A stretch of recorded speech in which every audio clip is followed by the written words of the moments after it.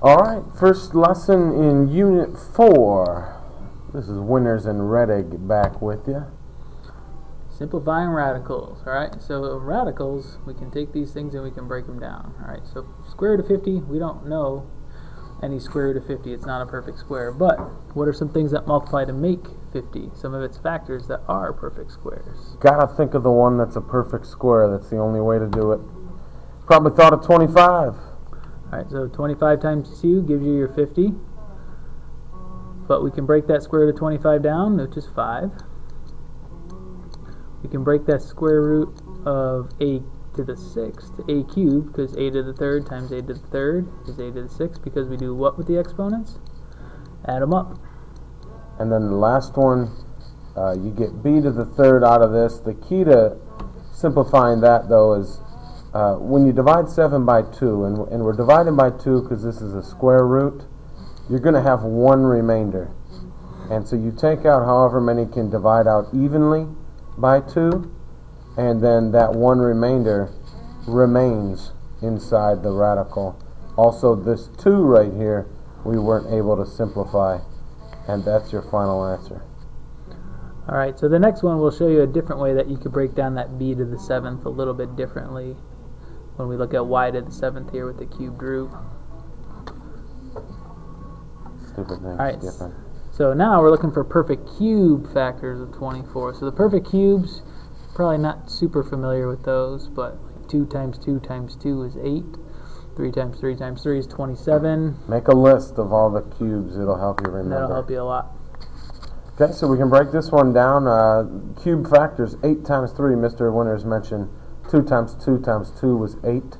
So 8 is a perfect cube. 8 times 3 is our 24. We've got our x to the 6th we brought down. I left it like that because 6 is divisible by 3. But watch closely here what we got. 7 is not divisible by 3, but you can rewrite it as the product. I guess we'll see that in a minute. So cubed root of 8 is 2. 2. Cubed root of 3, there isn't one, so we leave it. Cubed root of x to the 6th. Okay. 6 divided by 3 is 2. This is your 2. And here's what I was trying to allude to.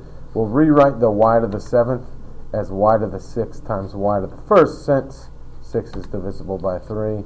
You get your 2. And then obviously 1 is not divisible by 3, so that's our remainder. Pull it all together, and you've got your final answer here. Hit pause, watch it again. It's tricky, but with practice it'll be easy. Alright, so that the remainder remains inside, so you can think about it in the house. The remainder stays inside the house. That might be a good way to help you remember it. So. There you go.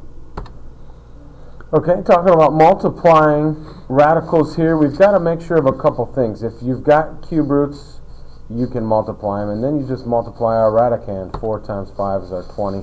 Really easy. Cube root of 20, done deal. Same thing here with this middle one. They're both square roots, so we can multiply them. So we're going to multiply the 3x times 8x, y. 3 times 8, 24. X times x, x squared, and then your y is still there.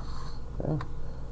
And then this was just a simplification. We didn't show you the steps because they were on the last slide, but 4 times 6 is 24, square root of 4 is 2. 2 divided by 2 is 1, no remainders.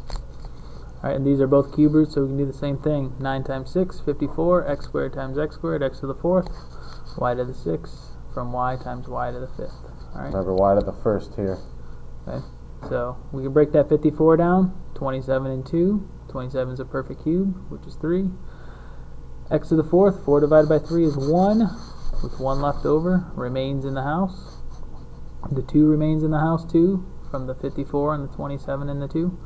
And then 6 divided by 3 is 2, so it's y squared out there.